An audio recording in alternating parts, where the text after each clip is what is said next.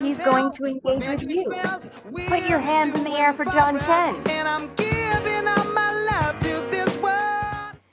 All right. Well, hello, USDLA. Thank you, everybody. My name is John Chen, and I'll be here with you today. 6 ways for more engaging hybrid. Well, let's just take a moment first and let's find out. Oh, wait, let's see. We have some people who joined us. So do me a favor and hit the chat. And hit the chat and let me know where you are. Look, I thank you for our Northwest people up here. We got people in Bellingham. What's up, Dawn? Check this out. Wait, somebody's way up here in Alaska. Who's calling in from Alaska? That'd be Dustin. Hi, Dustin. What's going on? So let's see. We got our friends in Texas here. That's Selen. Ronnie's calling from New Orleans. We'll also have a university here in Florida. We got Buffalo. Lots of East Coasting here. And Sandy. Islandia. Islandia? Is that the right name for that? Islandia? All right. Well, thank you. So thank you. We have people from all over. We're really excited for that. And one of the tools that I'm showing here is an interaction tool called Stream Alive. Stream Alive allows you to do this, which is the best part, is that you can interact with the audience and they don't have to learn anything new. All you have to do is chat. So here, watch. I'm going to choose a second question here, right? And this question is this one. When I say hybrid, what's the first word that comes to mind? Go ahead and hit the chat. And just give me one word or the first word that comes to mind when I say hybrid. Don said both. Thank you, Don. Here, hold on, I'm gonna reset this here. Toyota. I own one of those. Varied, flexible, multitasking, interesting, progressive. Huh. Cool. Jesse, do you mind? If you have the ability to come on mic, Jesse, can you let me know why you chose the word progressive? I thought she said aggressive for a second. Progressive. Hi, Jesse. Are you there? She's working on the mic, maybe. You can also chat.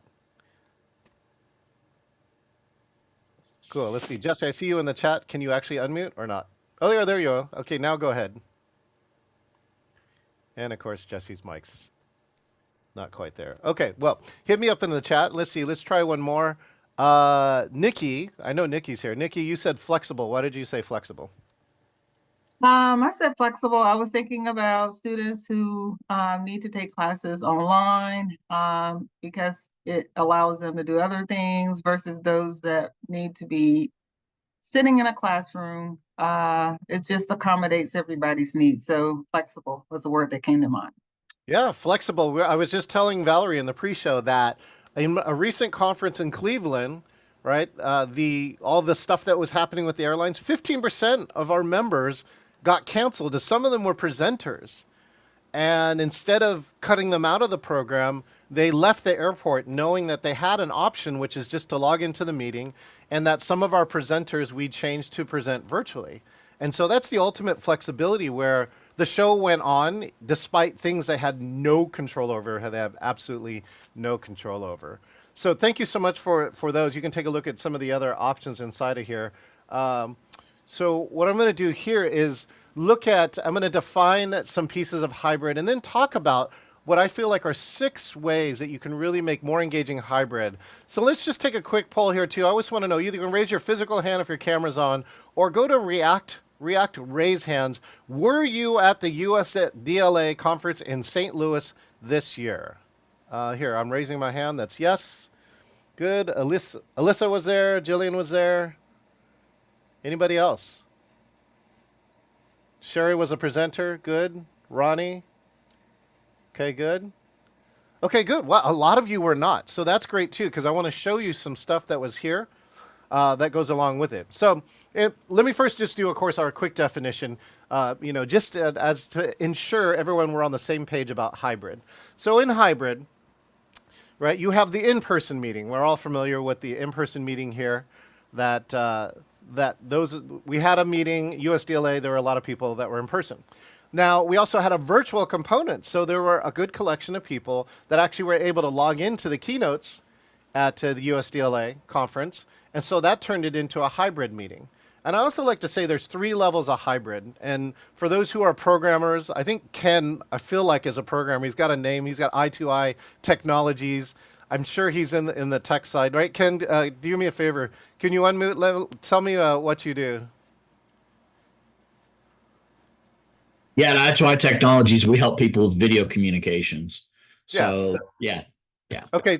So cool. We're going to go through these with me. So you'll love the fact, Ken, that I have 3 levels, but the first level is level 0, not 1, right?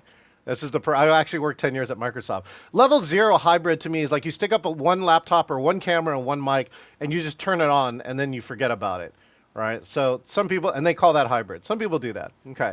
So in level 1 hybrid, at least one person from virtual or one person who's in person can talk to somebody who's in virtual. So that to me is what the level 1 is. And then level 2 is where every single person in person can talk to every single person in virtual. So while at a conference that's really difficult, a board meeting is a good example of this. Let's say you have 10 members who are in person and 10 members who are virtual. There is a way so that all 10 people who are board members can talk at any time and talk to any single person, whether they're in the room or in virtual. Ken, have you ever done like a board meeting or any kind of thing in either level 1 or level 2 hybrid? Yes, both. And tell me, what's one of your best practices, or can you share one of your best disasters without naming any names? Best practice, which I've seen it go the other way, is basically one group kind of dominates everything and doesn't include the other virtual sites. Right, right.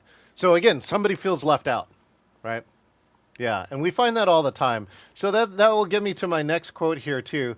All right, my friend gave me this quote, and where it comes around like this: if you think hybrid is not good, you probably haven't seen it done well yet, right?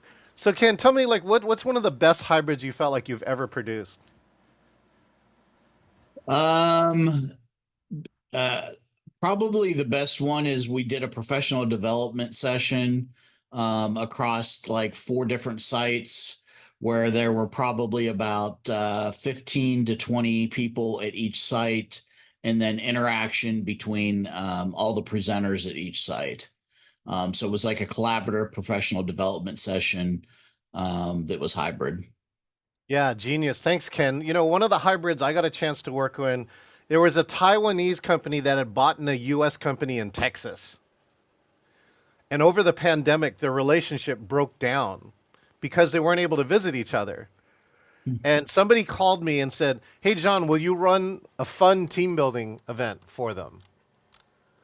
So, Ken, let me just tell you, by the time I talked to the US team, I thought that was the worst idea that I could do, was run a fun team building event. But I did say, if you have 3 hours, can I run a meeting where I think I can repair, just like start the process of repairing that relationship? And they said yes. So we had a hybrid. The 5 people in Taiwan were in one room sharing one, good mic. And all the US people were still in separate rooms. And that was a case of a level 2 hybrid. And what was amazing in 3 hours was at the end of it, the Taiwanese CEO finally said, "I did not realize how damaged our relationship was." So he actually finally had his first trip planned in 2 weeks after that meeting. He goes, "I now know that one of my top priorities for my meeting in 2 weeks is to fix this relationship." And all the Texas people were like unbelievably happy. So that's what can happen in hybrid. And it all happened because we did have this level 2 where anybody could talk at any time. We got that out of the way. So most importantly, they could communicate. Ken, thanks so much for coming up here. Appreciate it. And love the background. I love that. What is KenCon? I got to know what KenCon is. Oh, that's your name in the big thing. Did somebody make that for you? Yeah, that's from a Texas Distance Learning Association conference many, many years ago. I just saw the Texas Distance Learning, what was it, the bite-sized learning. I was on the webinar this week. So thanks again, Ken. Sure. Thanks for joining us from Texas. Okay, cool. So let's move along here. So I'm going to give you 6 things, and of course it's in the acronym HYBRID. So by the time we're done, we're going to share 6 things with you. And the first one of them is here is the ability to hear, right? Hearing is even more important than video on a hybrid.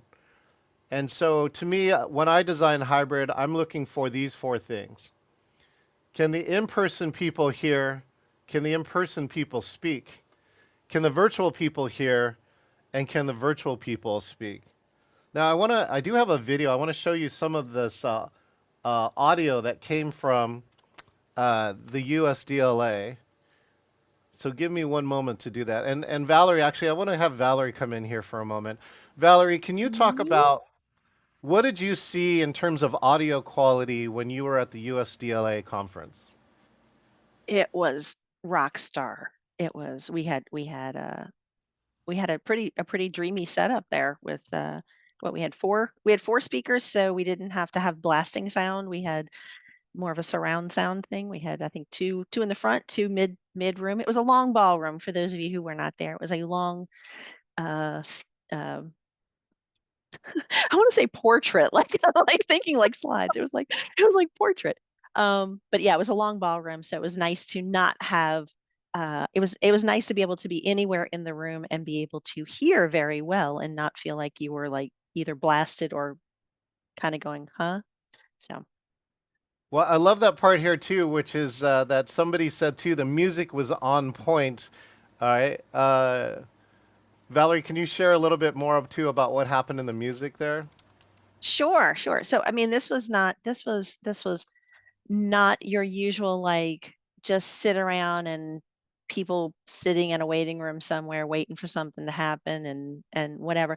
There was always appropriate. Thank you. Yes, thank you, Alyssa. Music was on point. There was music tied in with whatever was coming or whatever the next topic was.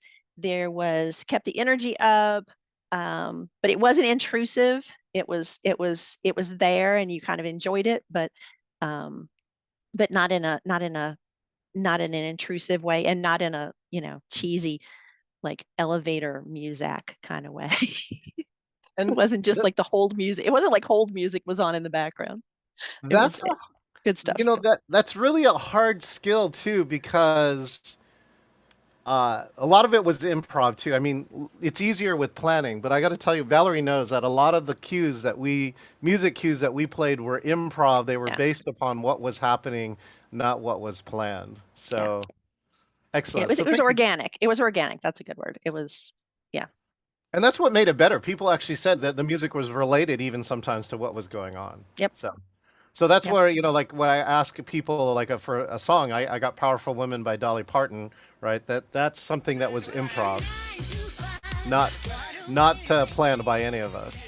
Okay, so thank you, Valerie, for that. So let me show you this little clip that I have here of what the audio was like at USDLA.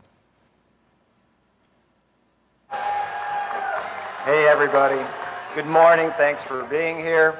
Hopefully you've had some breakfast, you had your coffee. And you're talking AI, and we're still talking about we don't need it. Oh yes, you do need it.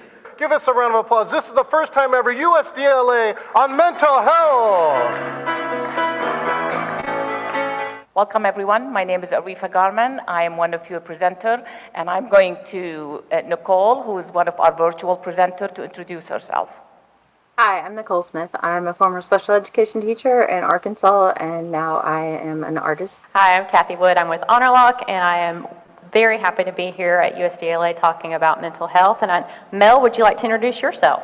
Hi, I'm Mel, the Squid Lady. I'm out in Seattle, Washington, and mental health is my top priority. How do we help our students improve the quality of their lives? So that's really one of the keys in this program, was that no matter where people were speaking from, whether they had a headset, and let me tell you, Valerie, please help share the name of our AI speaker. That was Dr. Robbie Melton. Yeah, Dr. Robbie Melton, let me tell you, she does not sit still. And so part of that was okay in this part is that we want to be able to share that. And so by having a wireless mic and a headset means that she sounds good no matter where she is in the room. So those were really keys, whether we had handheld microphones, headset microphones, but also most importantly, is by the use of a USB mixing board that we can get sound from our virtual presenters and have them sound as good as or better than the people inside the room. So hearing is one of the first things that I think about when I develop a hybrid. The other part that was really good is that we had mic runners. Our good friend from Wolf Vision, John, was there to help us run mics at different times, as well as Rick, and ensure that for the benefit of the virtual audience, that the in-person audience doesn't say anything until they get a mic. So those are really some of the best parts around there. Now, this next tip, the why that's in here, is for the your view. The next thing you got to think about once you get the audio set is your video. And our theory is to give people the best seat in the house. Let me just give you a few examples of what not to do. These are from real scenarios. I once got into this place. I specified I wanted the middle center, and they gave me the left-hand side. Now, I was near a control panel. This room was a university college room, too, by the way, set up for hybrid. But there were two PTZ or pan tilt zoom cameras in the back, and they were mounted on the back left and the back right corner. So they were always getting this angled view. The other one that was even worse was the right-hand side pan tilt zoom camera was installed over the main entry door. So every time the door opened or closed, Ken is already shaking his head, open or close, the camera shook. Which leads me to my next one, is this. You do not want shaky cam. This is from a live 650 person hybrid. 650 virtual, 950 in person. This camera was also projected onto the main wall for those who were in the back of the room. And that camera was shaky because it was in an older building with a wood floor. The room held 1,000 people, so they were way back. And they had a massive zoom camera. The challenge, because it had a wood floor, is anytime anyone walked within 150 feet of the camera, it moved. Now the problem is that it feels like an earthquake to the virtual attendee, and it is very distracting. In fact, some people even turned off or looked away from the camera. We only solved this on day 2.5. Because I kept chatting suggestions going earthquake, earthquake, right? I had to make jokes about it as a virtual MC, but that only goes so far in covering it, that at some point they had to put barriers, right? Or they put whatever, stanchions, 150 feet around the part, and that was only the time that was there. Alyssa, thank you for that. Robbie is a rock star, and she had her own soundtrack. That was from me. Valerie said, yeah, it's cognitive overload when you're having to deal with this other thing that is not helping the learning, which leads me to one other view that I don't suggest. This was the view that was of every breakout. There were 3 breakouts, and they all were mounted this high. They all were not pan tilt zoom cameras. And so you had there was no picture-in-picture either, too. So you either got this view or you got the whole slide.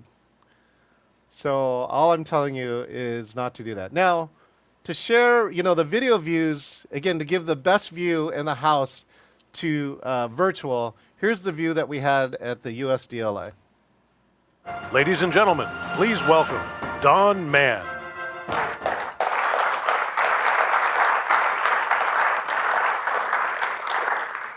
Thank you very much, and thank you very much, Hope, for that introduction. It's really, really nice to be here, and it's fun. Pat, it was great meeting you and so many great people here. What I like about being a speaker is getting to meet people outside of my circle in this world. And for you, every person I talk to, you just feel this real sense of passion for what you do and this commitment to learning and teaching.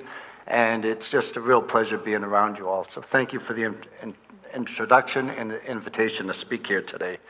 When you prompt for someone of a different ethnicity, you have to be very specific in order to get that. because the bot automatically it assumes that you're talking about someone of European descent. This year, the Rising Star Award goes to Rebecca McNutley. Thank you, everyone. Really honored to receive this award. I'd like to thank the awards committee, all my colleagues and mentors at the University of Central Florida, some of whom are here today. Thank you. Really appreciate this.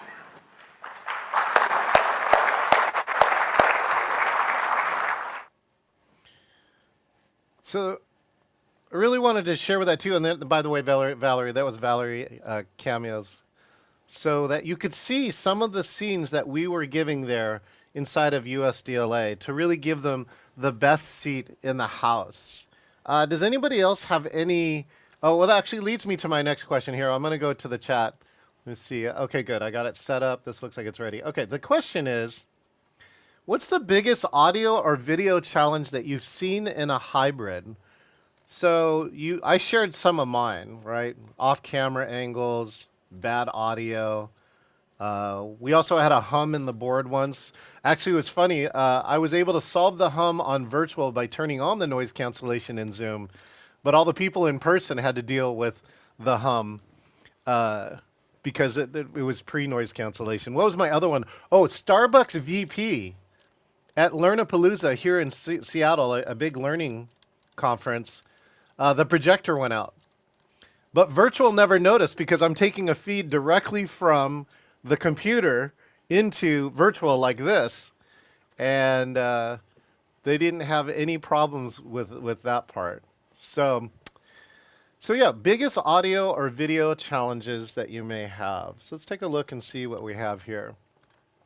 Donna said the cameras that switch views when there is noise or talking going all over the place with side conversation. Oh yeah, Donna. So the default video for that, right, will do that. Audience needs the microphone, and many do not understand they need to wait for the microphone. Yeah, we make that a standard. The biggest catastrophe was when New Orleans hosted the Super Bowl and we lost power. Side chats of people in person, right, Sandy? Although, you know, we want side chats sometimes because that's engaging, but not so loud that they disturb what's going on. When participants aren't able to connect their device to hear the audio, speakers talking too loud or too soft. Oh my gosh, we definitely had to deal with that as the producers, and as much as training as you ever do with people for microphones, there are still people who run microphones like this, which is there's a real microphone and it's like down here where my thumb is. So for those who didn't know, for those who are on camera, do me a favor. And those who are off camera, you can do this too. I don't need to see you. But here, let's... Here, I'm going to hit gallery here for a minute. Let me remove my spotlight. Okay, so those who are on camera with me, do me a favor. Just give me a thumbs up. Okay, thanks, Ken. And now take the thumb and put it on your chin. This is the microphone trick that we teach most speakers. Mainly, too, because, one, they can't see the thumb when it actually is up. And two, then it will put the microphone in the exact same location and the same distance away. If you want to be nice to your audio-visual producer, try this next time and try and teach all your speakers in the room that simple trick. It'll make them be better for that. So thank you for that. Okay, let's see. The owl being in a noisy place and catching side chat. Oh, yes, the owl. As much as I love the owl, because it will catch something 16 feet away or more. I've actually tested by walking around there and asked the virtual audience to repeat what I said. It only works when everyone else isn't talking. So I think that's really a key. So thank you for those audio and video challenges. All right, let's continue on our track here. We're on to our next letter. This letter is the letter B. Be the MC. One of our top practices is to advocate for a virtual MC. Someone just gave me, so is anyone familiar here with Priya Parker's, right? The Art of Gathering, it's a book. Oh, that's a writer-downer. So check that out. And someone let me know that Priya said to treat the virtual meeting as an entirely separate meeting. So have people to support it. There's the technical side. And one of them is to have a virtual MC. My recent research shows that less than 20% of hybrids have a virtual MC. And so one of the things about a virtual MC is that they help smooth out transitions, especially from hybrid to virtual or virtual to hybrid. Anything that's going on, lost technical issues, there are really keys from that. So here, I'll give you an example what a value of a virtual MC is. And I would love somebody who would play along with me here too. If you have a volunteer, please raise your hand because I have an activity for you. So I was the virtual MC for a program coming out of Georgia, Healthcare Association out of Georgia. And I had just turned it over to the live presentation, and then I lost audio from Georgia. And so I came on screen, and I go like, oh, it looks like we lost audio from Georgia. Hey, let me go check in on it, and I'll play some background music. So then I get on the text line, and I text Georgia, and I said, hey, we lost audio. What's going on? And their reply was, it's going to be a while. That's not what you want to hear as a virtual MC. But one of the first things I do is then jump into action. So has anybody here played of or heard of PowerPoint karaoke? Valerie's, I think, the only one. Ronnie, would you be game to guess what it might be? Okay, cool. Thanks, Ronnie. I say yes. I was trying to drive to say, take me off mute. Karaoke. I have no idea what it would be. You want me to say, I think you would put up a picture and then I have to sing about it or something like that. Oh, close. PowerPoint karaoke is a contest. It's actually run at South by Southwest. And it's the contest of presenting a slide deck you have never seen before. So I started doing this for this Georgia healthcare thing. I ended up presenting this person's slide deck sight unseen for 32 minutes, right? 32, I think I got it right. And by the time it was done, when the audio got restored, Virtual asked 2 questions and then the chat blew up, Ronnie. And they said, oh my gosh, John, you nailed it. You got you got his presentation 100%. Did you have the notes part of the slide?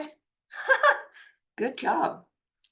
And so I want to show you what it's like for this. And it's okay, Ronnie. I'm telling you, this skill is hard, okay? So what I'm going to do is I'm going to show you 5 slides.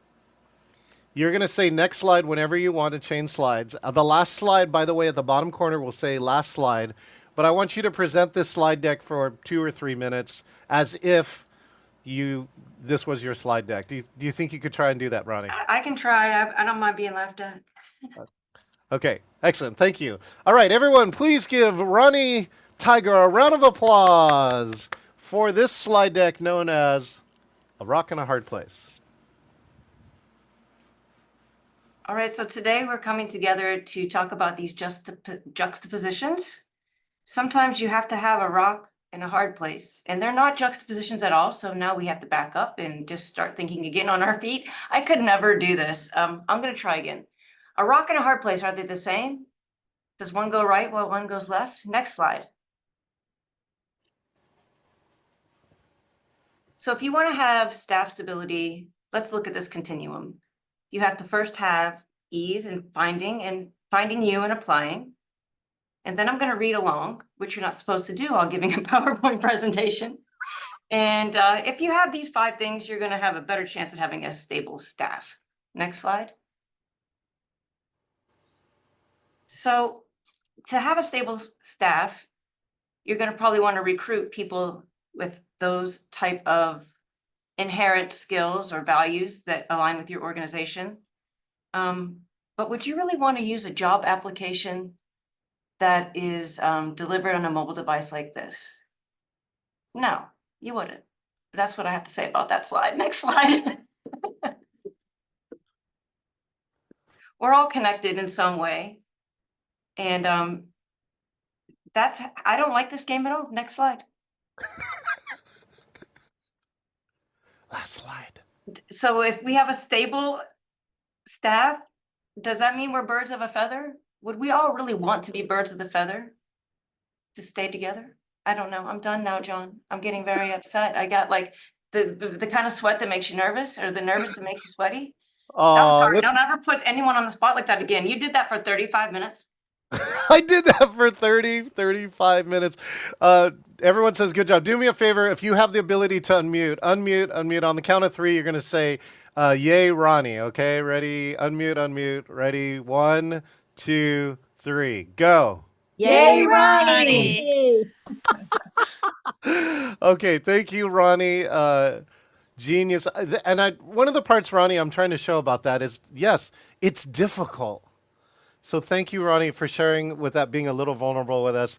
And I mean, I started off completely wrong. The very first slide was, I was thinking it was, because it went 2 different ways. I was like, oh, they're going to be opposites, but it was like the same type of word, right? Rock and hard place are similar words. And you just never know what slide you're going to get next. So you really don't know what direction to go. It's already hard enough to present when you know what's going on, but it's even harder to present when you don't. And it requires a special skill. And so this is the skills. If you were to ever hire a virtual MC, you want to find somebody who has this particular skill. Ronnie, here's another one I'll share with you. Thank you so much again for being up here. One was, I was a virtual MC and I was interviewing a VP. And I was at the end of the interview, and I said, so VP, let's say it's VP Ronnie. Hey, VP Ronnie, do you have any final comments? So Ronnie tries to give some comments, and then all of a sudden you hear us, and VP Ronnie goes, oh, I forgot to tell you, our headquarters is underneath the pathway of the Air Force base here. So the first thing I could think of as the virtual MC is everybody chat jets, right? Everyone go ahead and chat jets. And then the second one that I came up with after that is like, oh, because this company actually supported the military. A lot of their nonprofit work went for military. And I say, oh, I see how it is, VP Ronnie. You order a military flyover to end your keynote. Thank you so much. And now let's go on to the next section. So that's really the value that an MC can have. They can take what looks like technical mistakes and turn them into something part of the show. Ronnie, funny, and Valerie Jets. Thank you so much. So that's really one of the pieces here. I also want to show how we create energy, right? A virtual MC can create energy. I want to give you one example from USDLA. This was an example for those who didn't get a chance to see the keynote. By the way, go watch it. It is amazing. But I started improvising musical hits behind her keynote. Here is an example of one of them when she finished a quiz that she built on AI and then actually ran it during the course. Okay, here we go. A, B, C, or D. This is a time test. And again, we have D as the popular. And the winner is Cassie!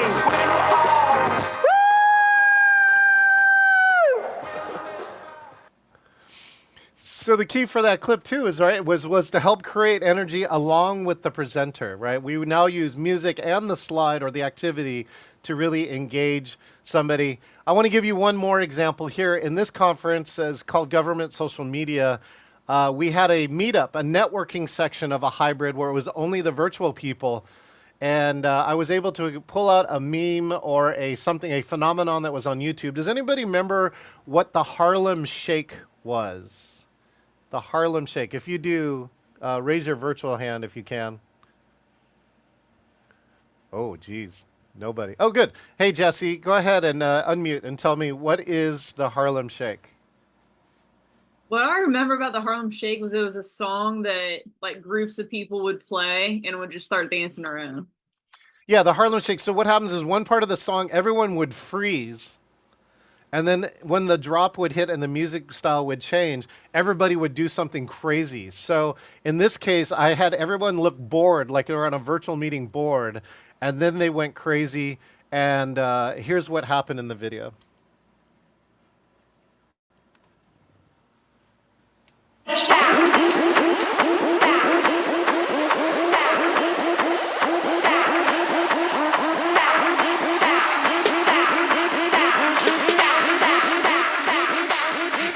Harlem Shake.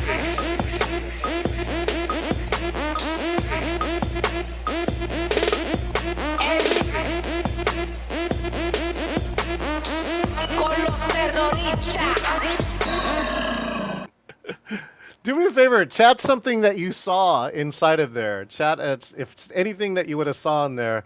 So while you do that, I'll tell you the closing story for this part is that we did this video and then I sent it to the meeting organizer.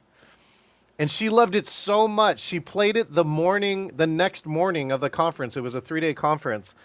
And she just wanted to remind everybody there's also a virtual audience out here. And yeah, people laughed with that. Valerie, maybe swearing. Oh, no, it says maybe swearing will help is what that coaster said. Shaking drinks. You also missed Grogu or Baby Yoda was also in there. The plant and the remote, stuffed animals. Oh, so Donna found a dog. Oh, that's good. Anyway, so that's one of the jobs of an MC is to create energy. Okay, now we're on to the R. The R is rehearsal. And you got to have these rehearsals if you want your hybrid to be good. Because especially, there's a lot of speakers who are not used to speaking hybrid. It's new. Even Hall of Fame speakers I've talked to are not entirely sure about what to do. And every hybrid setup is different. Sometimes you're presenting virtual to an in-person audience. And by the way, one of my tips there is get a camera into the audience so at least you can see, right? And then there's times when you're in person talking to both an in-person and virtual audience. So our key part here is to make sure and coach the speakers, test all the technology, test the transitions. You know, one of the stories that we have around this is that it was a hybrid meeting, and I got a chance to see these two people. These are two people who created, these are the two gentlemen who took Petaluma's, Lagunitas Brewery, and they ran the company up from $10 million and sold it to Heineken for $1 billion. It was a pretty interesting presentation. And they said they were celebrating with a cocktail, and a cocktail has clear ice, that kind of ice that you can see all the way through. And they looked at that ice and they go, I wonder what this business is like. And they researched the business, and they found out it's a mom and pop business, hasn't innovated for 40 years. People are still doing it in an old way. So they had patent pended 2 new processes with it, and they created a company called Abstract Ice. And now they can actually etch the ice with any logo. Like Valerie, next year we should have like 100 amazing beverages with the USDLA logo on it. We can do that. Okay? So they go, okay, so let me just show you how we make the ice. Part of the fun of working with the whole team at Abstract Ice was dialing in all of the different... That's right, the video was black. We're all in the audience, we're hearing this great presentation, and we got like this whole video that is black. It's so disappointing. 65 people disappointed. But there's one person in the audience who's thinking, right, it's kind of like for my Star Trek fans, it's like Scotty being able to beam 2 people from 2 different locations into one platform. Everyone says they can't do it, but Scotty, he's running to this transporter room and he's going, I can do that. I can do, that's me. So I get the mic during the Q&A and I said, hey, this is a great presentation. I'm just really interested in your videos. Do you mind if I get up and see if I can fix them? And they're like, sure. This is live, right? But this is like not in rehearsal. I just want to share with you. So I get up there and it takes me 2 minutes. 2 minutes. And I said, hey, I think I got your video ready. And they're like, okay, now let us show you how we make Abstract Ice. Part of the fun of working with the whole team at Abstract Ice was dialing in all of the different shapes and sizes and varieties of ice. As a bartender, it's really finding the right tool for the job. Ice is the unsung hero of almost every cocktail that we enjoy. This is why rehearsals are so important. And let me just share why, because there's stuff that happened after this. The next day, I actually got invited by one of the co-conveners of the conference to come to a DC mansion. And he said, will you please come? He's got his phone. He goes, will you please come to my mansion and run all the audio and visual for my mastermind 2 weeks from now? I'm like, yeah, let's do that. So I get there, and the guy who actually manages the program I was at was speaking there. And when he got off stage, he came back and he said, hey, John, did you hear what happened? And I said, no, what happened? He goes, the Abstract Ice guys raised $1 million of capital 2 weeks ago. And they want to tell you a lot of it had to do with the fact that you fixed their video. That's how important that video was. And so that's why you really got to run these rehearsals through and make sure everything is going to work. Because it might mean this, right? Whatever that is, $1 million, right? You know, it might be some prestige thing, might be something else. But there's nothing worse than being in a hybrid program and having something not work, right? And rehearsals is the #1 way to do that. Rehearsals used to be a yellow flag for me. As soon as the pandemic hit, I'm completely convinced. If you do not have a rehearsal, that is a red flag. I would go to the meeting convener, let's say pretend like it's Valerie, and I would tell her, I said, Valerie, your program has super high odds of having a catastrophic failure on air because you ran no rehearsals. That's how important they are to me now. And yeah, thank you so much. But, Ronnie agrees too. Okay, so the next piece that I have here is the I. And the I is inclusive, right? Make your hybrid inclusive. And I want to share with you a video where we coached every speaker in 3 main techniques to be more inclusive to the virtual audience. And here are the 3 techniques.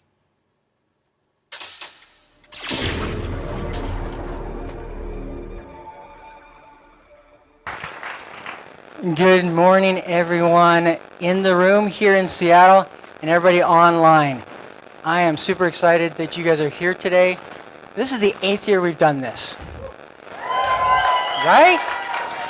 I want to know, what about you? Where have you experienced this? Like, what has your experience been? I was just going to say, I think the more I admit it, it helps me. Like, I think all those years of trying to act like I knew everything was detrimental. Now I'm just being more honest about it because everybody else goes, me too. Hey, thanks for this talk and the quote you shared as far as there not being a future because of managing risk. Pretty stunning. What I was going to say is I think for all of us in this space of L&D, learning is not what's occurring, but knowing is what's occurring. And I think that's where technology is at the critical point of, does that person know what they need to know? And so when people say think out of the box, so let me just ask you, when people say think out of the box, what's the box? Policy, beliefs, status quo, tradition, culture. All right, let's see if we can get the 3 or 4 techniques that I put out there. Feel free to either unmute and let me know one, or you can hit them in chat. I'm looking at both. What were 3 or 4 of those top techniques to be more inclusive? I'll just say one of them is one of my favorite. Oh, Yeah. sorry. No, that's okay. I was going to say acknowledge the virtual audience. Acknowledge the virtual audience. That's one. Perfect. Thank you. Valerie? I was going to say acknowledge them first. Acknowledge them from the, yeah. Get your MC or speaker to do it too. And it's amazing how many hybrids don't. Even big hybrids don't. Yeah, well, the speakers always forget. The speakers, to your point of the speakers not being familiar, that's the mistake I see speakers make most is they're in a room and they forget that anybody else exists. Yes, perfect. Thank you, Valerie. Jillian shared too. Speaker repeats the comments. You saw Jimbo Clark with an amazing presentation of that, right? We can't hear the audience, but when he repeats it, we're like, oh yeah, okay, we know what's going on. Ken, of course, said pass a mic to the audience. Ronnie said rehearsals, right? Let's see, what was the other one that we had? Oh, Judy nailed it. Take the first question from virtual. It sounds simple, but it will help your speakers remember the virtual audience. Help your speakers remember the virtual audience. And even if you say, oh, well, there's no questions from virtual, now we'll go to the in-person, you at least said that. We gave you a chance, right? As opposed to, we ignored you. Perfect. Thanks, Valerie.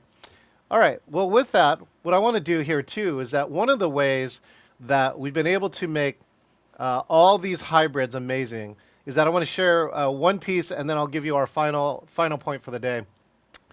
But one of the ways that we made all of our virtuals better was to get feedback from them. And one of the ways that we give feedback is that we ask for it. And so we also kind of make this a game. You know, by curiosity, I'd just love to see, by a show of hands or in the chat, How many people feel like they got something valuable? That they got something valuable? Go ahead and hit the chat there. Great. And Jesse, great. I see hands. Celine, yes, thank you. Ken, great.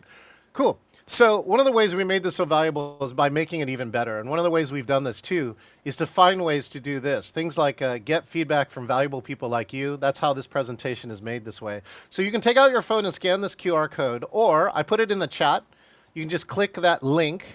You can enter the code EVM. And there's two things you're really looking for. Number one, I would love to figure out, what did you love about this program? Right? What did you really find valuable and engaging? Because we want to do more of that. And by the way, the top comments I'm going to post on social media like right after this. It won't have your name anyways. It will be anonymous, but I just want to let you know that I give you credit. And the second one is that we're really looking for ways to make this even better. And so if we do that and I use your tip, then I'm going to give you credit. So one of them was with Kathy. Kathy actually gave me the catchphrase. She's a top TED coach from Portland, Oregon. She actually coached 2 of the speakers for the last 10 years, as well as being a top TED coach herself. And so Kathy Armias gave me that catchphrase, right? If you haven't seen good hybrid, you probably haven't seen it done well yet.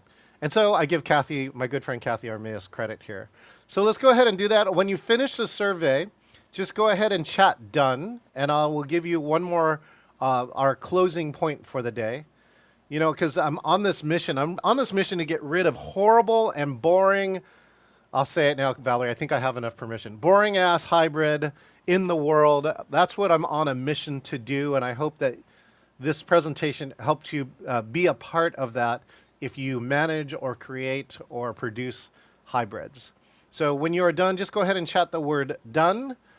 And when you also complete this, you will also get a ticket to my hybrid for day 1, October 1, 2, and 3. We have a conference called the Engaging Conference that will be hybrid and produced here from Seattle, Washington. So I'll give you about a minute to do that, and then I'll close up. Thanks again for our friends who gave us this song, Powerful Women by Pitbull and Dolly Parton. Thank you, Corey. Thank you, Ronnie.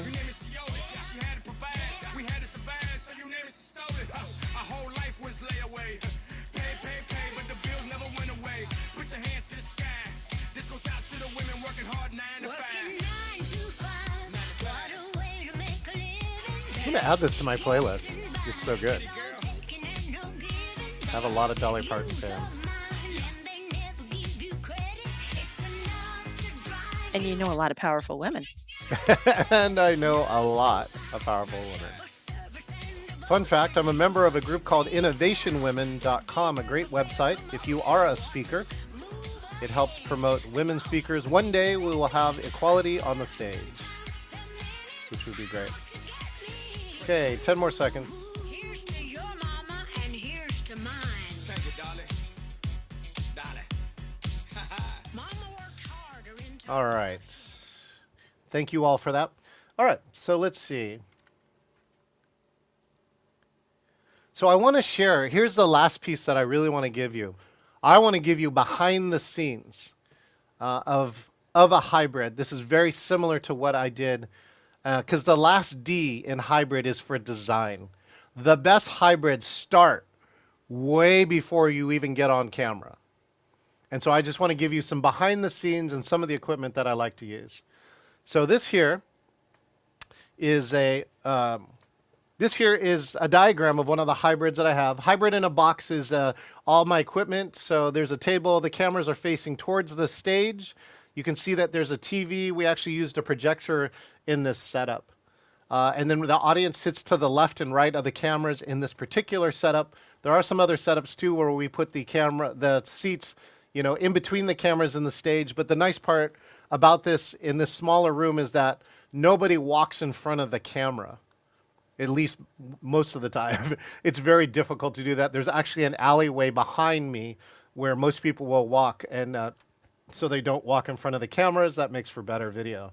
Here are some of the top items that I use.